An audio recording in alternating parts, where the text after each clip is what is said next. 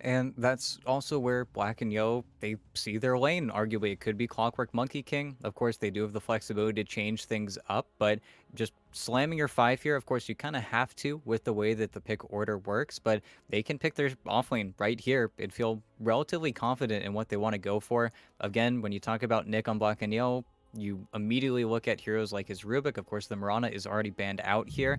They might try to be sneaky and hide the 4 as much as they can, and this is also an option, of course, going for the Luna. Another hero that it's interesting to see if it is laning versus the Viper, because Viper is actually pretty good at dealing with Luna, even though Luna will always have that damage advantage. You just simply struggle to actually find favorable trades versus the corrosive skins. So at least you have a Luna Bane lane. Again, we always talk about with this Luna picked up, having that Lunar Blessing over on the 5 position makes those trades even more favorable for yourself. In addition to that, you have that mixed damage, so if you do get caught out, both the Monkey King and Viper pre-BKB are very vulnerable to just dying to that Eclipse pretty much outright. The same theme with really the other core, that being the Lina, where you do have that hybrid form of damage.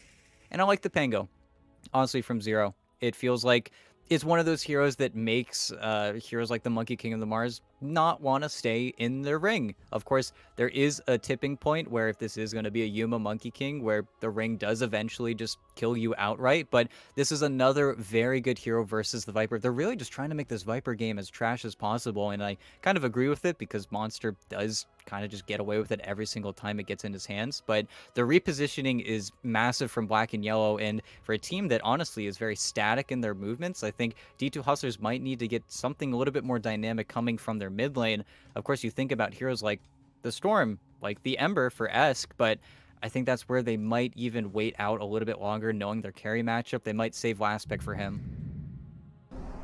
Oh, okay. Okay. Well, maybe not as dynamic as someone like the Storm or the Ember, but the Invoker does give you a lot to work with sort of later on. We always talk in the early levels, your Invoker is not super damage heavy. You've got kind of the 1 or 2 combos to work with the Tornado and your Cold Snap, and that's kind of it. But later on down the line, you'll have the Alacrity onto some of these other core heroes. You'll have a lot more damage spells at your disposal for these team fights, so if you can get the Invoker to that point without him just sort of falling behind, there's certainly a lot that they can pull off. Yeah, and interestingly, they're saying that this is going to be a Yuma hero that D2 Hustlers are looking for, and it's either Yuma or Flea, so that makes a little bit of sense, but at the same time, I think Yuma's going to look for something massive. Of course, Black and Yellow have almost heavily the advantage here in their final banning phase, having the carry already picked up on their side, but it's an interesting dilemma now that they need to fix. Who is big enough that Yuma is going to want to play into this game? They already banned out the Morphling themselves. I think they would have loved the Morphling versus the Luna in this game, even though you are playing Morph into Luna. It's a little bit riskier, but we saw so many times whenever this Luna was picked up, Morph was just the answer because you immediately get your damage out, and then Luna, if you don't have a Satanic, you're quite sad. There is a hero like the Gyrocopter still in the pool, and they ban out the TB, okay. But a lot of these North American teams, even though they can run the gyro, they don't necessarily pick it into absolutely everything. And one thing to be said about D2 Hustlers and the drawback of their lineup is that they are not defensive at all. This is the type of lineup where you are just always going to be running at your opponents, and you literally have to run at your opponents with this offlane Viper.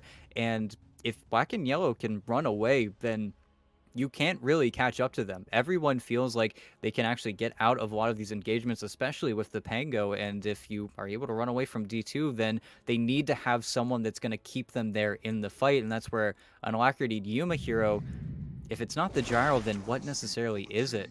And they flip the script. Okay, All right. that could be, again, flexibility. They're probably going to see what their opponents pick here before they slot into anything for sure. But they ran this Nature's Prophet yesterday, and Sammy looked really good on it, even though kind of giving his life away in a lot of circumstances, but was still making space a lot for his team. And we've seen Yamsun carry games where he actually gets the farm to do so. Right. So if they go for that sort of flexible play, they have been having success with it before.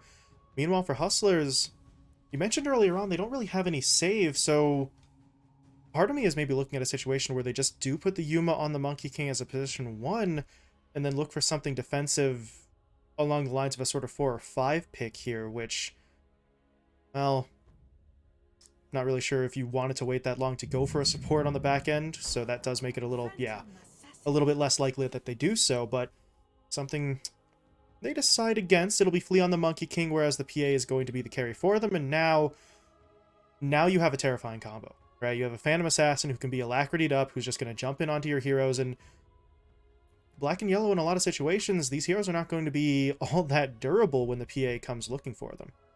Yeah, and yet again, we see this PA valued and even leapfrogging over a lot of heroes. Like the Sven would have been the dead ringer, I think, for a lot of teams, but people are saying that with how squishy and really fragile a lot of these early picks are, this PA just shatters them. And in the same vein as that Morphling, all of your damage is more or less instant. If you catch Yamsum in that brief period before he gets his BKB up, before he can actually react, a lot of times you are just dead. In addition to getting that pick versus zero again on this Nature's Prophet, PA versus NP, we already saw in the previous game. You lose your tower early, you kind of get pressured out of lane, but you always have the opportunity to just straight up kill him if you have +1, and I think that's where Esk is going to be incredibly important for this team to actually get those early fights started, because once Esk rotates to Zero's lane, there is not much that Zero can really do. He kind of just dies at that point, unless, let's say, Nick is level 6 and throws a roll in the works there. But that's where this Invoker is incredibly obnoxious and something that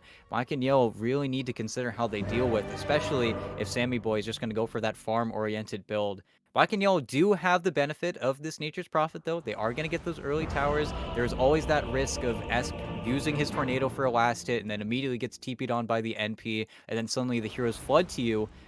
But it's still something that they actually have to do, and that's something that the Pango and the Bane, as good It as these feels heroes good to are, be this it good. is going to require a little bit more setup than we've previously seen from this lineup before. A lot of their games kind of are won or lost a little bit randomly because they don't have that same structure that a lot of the South American teams have shown. So we'll have to see if they can get some more of that consistent play down, because we're in that same game that D2 Hustlers love to play in, where I feel like if they get to that 40-minute mark, they almost just No, no, win. no.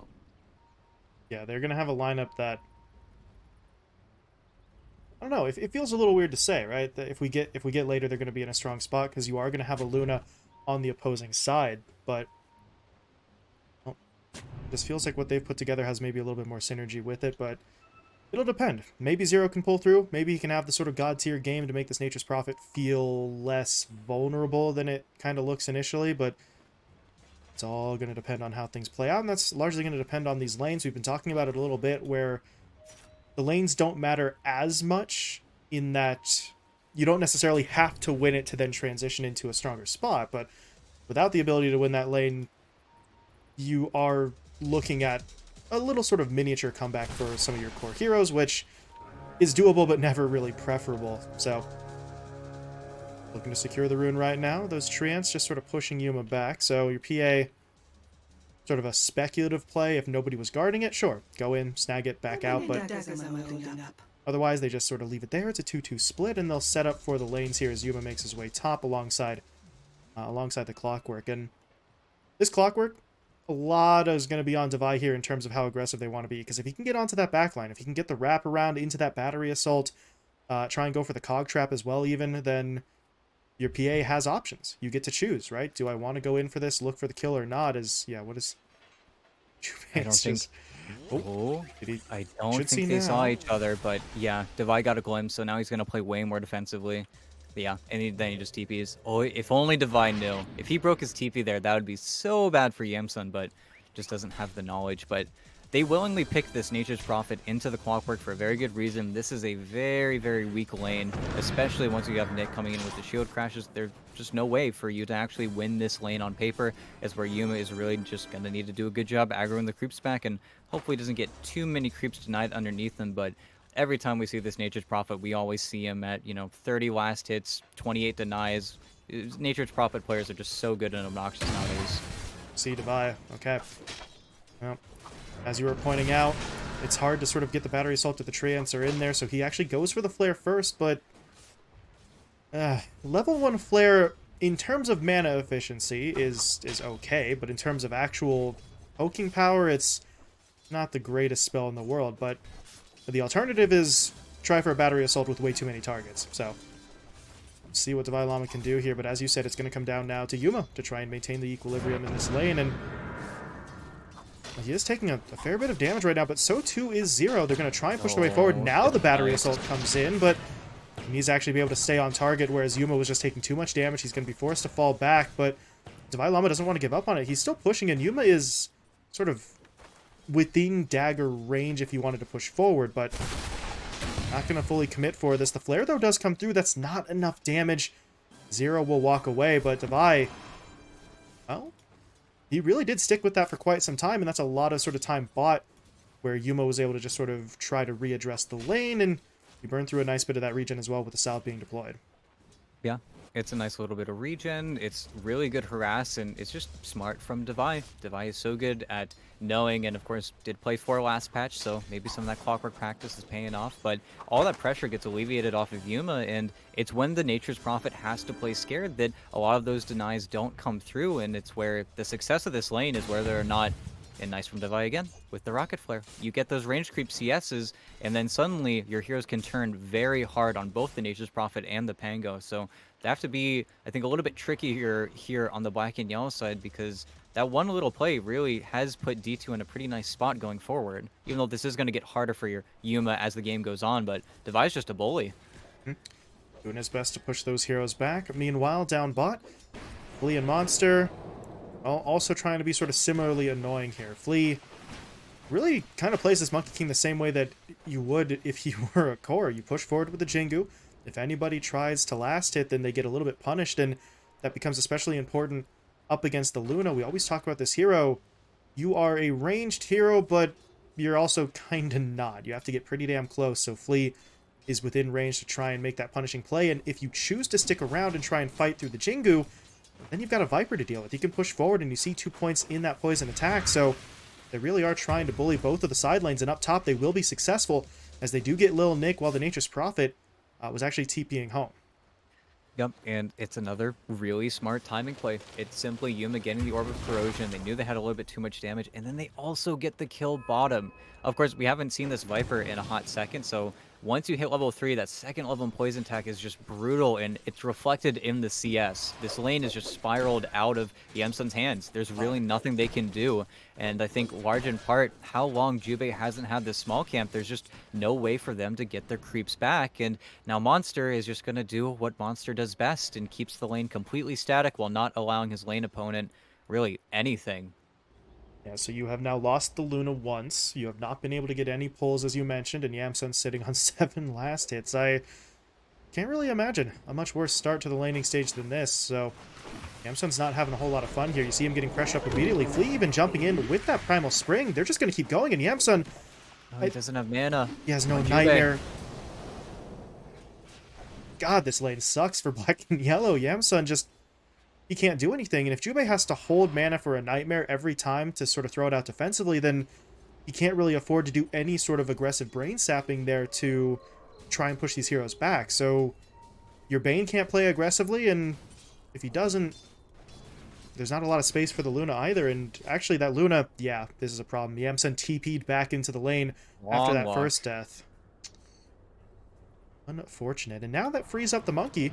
Flea's making his way mid, so you start getting some kills in one lane, you start rolling that momentum elsewhere on the map, and, well, they needed to sort of wait for somebody to actually be in position, because the Lina had just pushed over to the side camp. So, Flea's not going to have his opportunity in the middle lane, at least not yet, but the Clarity's been popped, and see him making his way back over. It would not take a whole lot, especially if S could get that tornado down to start this one off, hit Sammy from range, and yep, there it is. They're going to go for the tornado into the cold snap, into the primal spring. Sammy just really is not left with any options. The EMP even burns away the mana, so can't defend himself. There's just no way out there as Flea makes the rotation, and Flea is actually the one to get the kill as well. Yep, it's just that easy, and you see there's no TP reaction. They know that they can't do anything if they start to get rotated on, and Devi even stole the bounty. That's just rude. And just to be a little bit careful. The body blocks from Zero. Nope, he let him out. He could just TP if he really feels like he's gonna die here, but okay. Might actually just get taken down at this point. Lee is coming over, however, so Lil Nick's got to be careful. He doesn't have a whole lot of HP. Actually pushes further forward for the swashbuckle, and Okay, that will get them the kill, but now this is turning into a much larger fight. Tornado coming through from S, but really he just has to leave Flea to try and fend for himself, and that's not going to go fantastically. Sammy comes in with the Laguna Blade, and that winds up being far better for Black and Yellow than I think either side had really been anticipating. They get those 2 support kills, and all important that they get one onto Sammy there.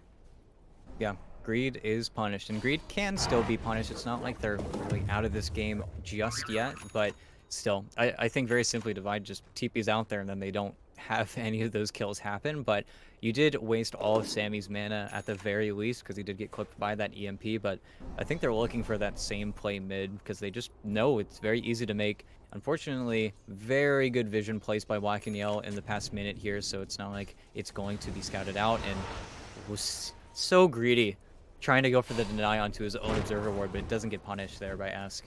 That tornado hits, then they might just have gone all in for it, but you do still lose Over the top. vision, and now, yeah, he wants up top. Zero's been really caught up by himself, and Yuma should have the damage here with Esk helping him. Yeah, they've managed to pick that one off, and now down in the bottom lane, Jubei's left alone as well, so these lanes are really starting to break apart. Monster and Flea just in there for the pickoff, and D2 Hustlers, they are playing this so fast right now, but they may end up losing. Nope, they're not going to lose anything. Device snatches the bounty, or not the bounty, excuse me, the haste rune away from 2 enemy heroes. And he's just going to sprint himself to safety while his teammates are trying to put a push onto the tier 1 down bot. Yep, and they are going to trade out their towers here. Of course, Yuma wasn't able to kill that many trees, so he was just going to lose it inevitably, but that is nature's prophet. That's what's going to happen.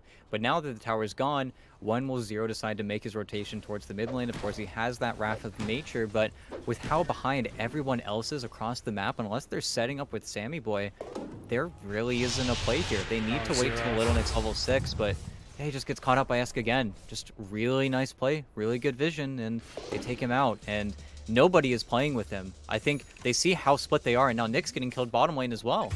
Yep.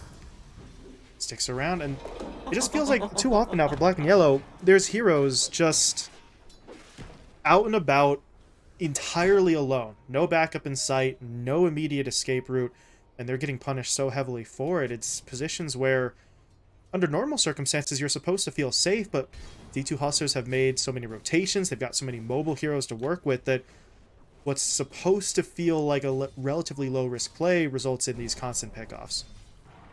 Yeah, and Yamsun at the very least is on the road to recovery. Of course, getting that Mask of Madness, he does have that ability to jungle now, but I'm just worried once he's stuck a little bit too hard into his jungle, then Esk is just going to look for him. And Jubei, he just wants his level 6. They just want to find these levels on their supports, but they just can't. Divine's level 6, and he's going to, yep, just hit it.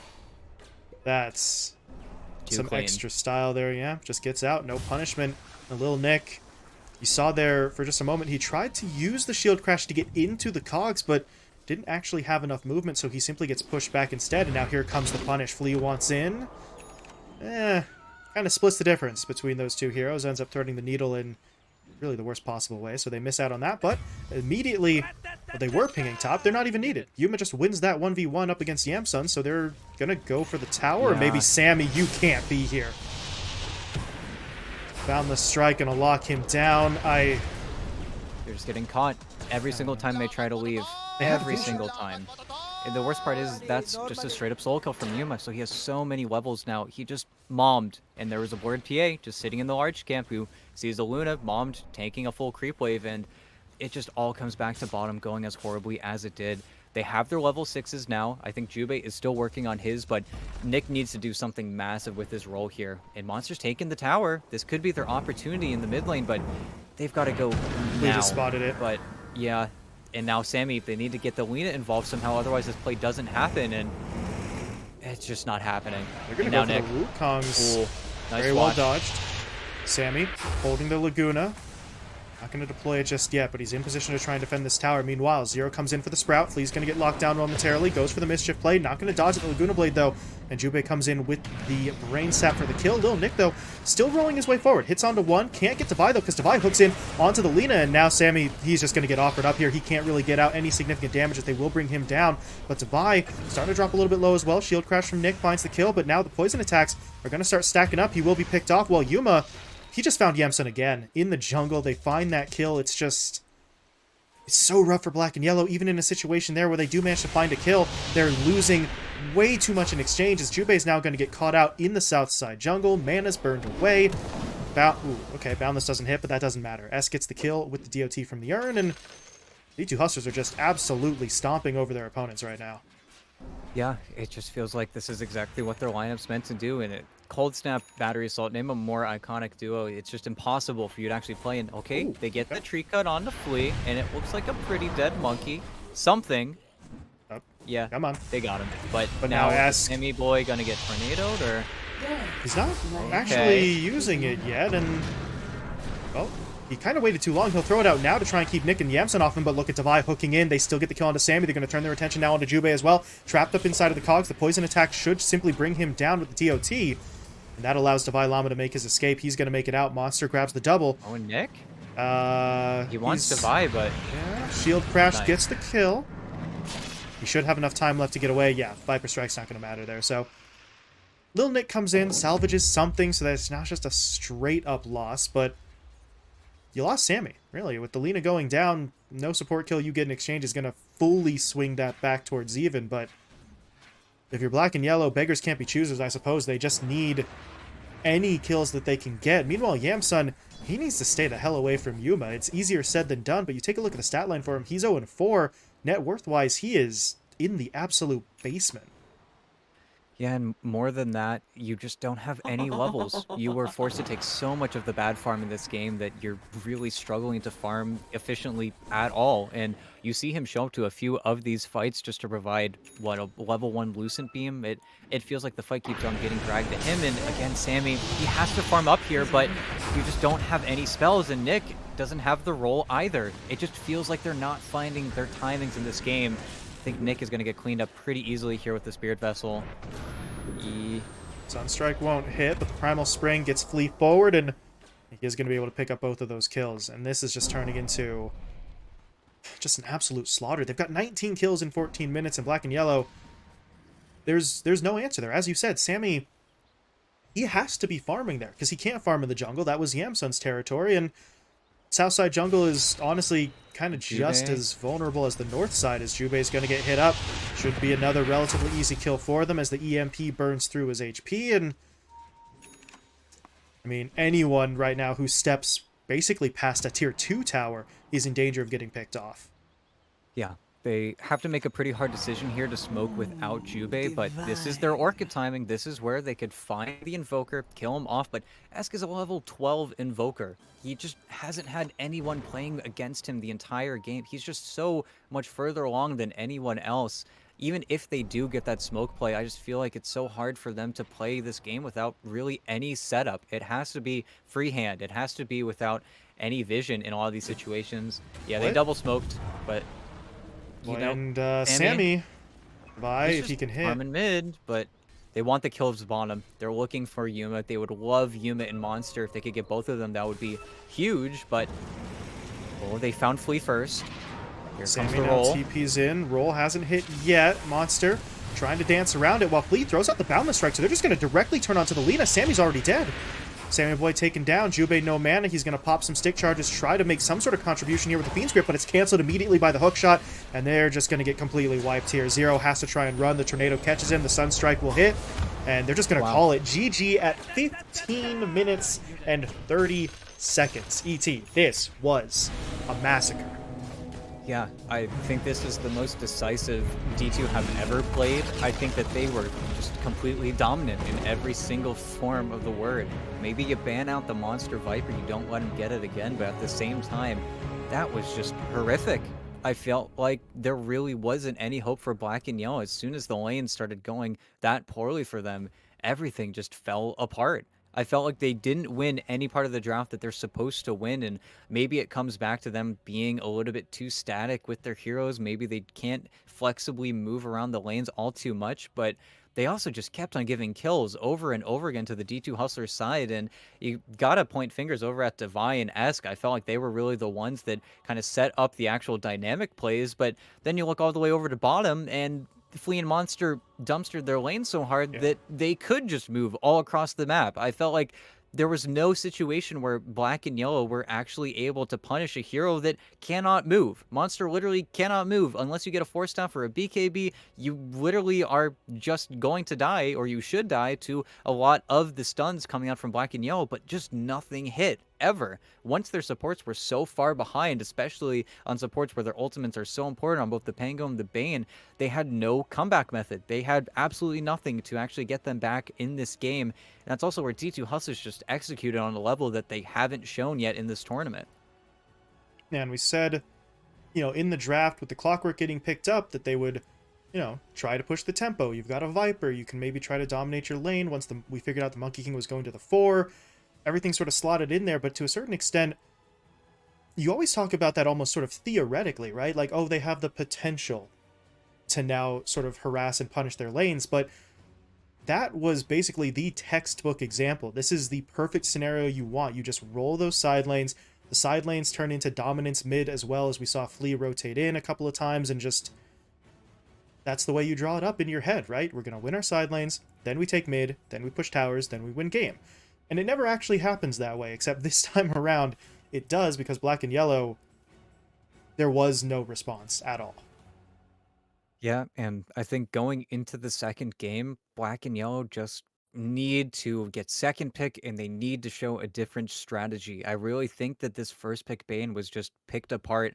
And then unfortunately, Sammy also had yet another rough game in the mid lane. I don't know. What do you ban? Because Esk didn't play his usual 3 heroes. He goes for the Invoker instead. And it felt like it just slotted so perfectly into everything else. And I don't know, maybe try to get Flea and Devi off of such active supports, but their activity level was just off the charts and everything worked. They never had that moment where they overextend, they dive underneath the tower. I felt like Black and Yellow really didn't find those punishments. And with the Nature's Prophet, I feel like the whole point of the draft is to flood TPs to a lane and then catch these heroes off guard. Where D2 Hustlers again are immobile. They have Viper Invoker. They can't move really that fast if you do catch them dead to rights, but instead, again, it's just nothing ever hit. Yeah, they just weren't able to make any of those connections, and every time they tried, it seemed to backfire on them. So if you're black and yellow, uh, there's really no sugarcoating it. You just got the absolute crap kicked out of you. So now, how do you respond, right? There's still a second game up, and they do still need that point to get themselves tied up with simply 2 base in the standings again. So maybe there's a benefit to sort of losing that game so fast. Part of the reason maybe they GG out before that 16-minute mark is they're just going to put it out of their minds and immediately move on to the next one. I think that's really the only play for them to make here. So we'll see how they respond. Will black and yellow fight it back and put together something a little bit stronger to try and salvage that 1-1, or can D2 Hustlers harness this incredible momentum and push for the 2-0 sweep? We're going to be finding out in only about 5 to 10 minutes here. So we will be stepping away, and we'll be back for the start of that Game 2 draft.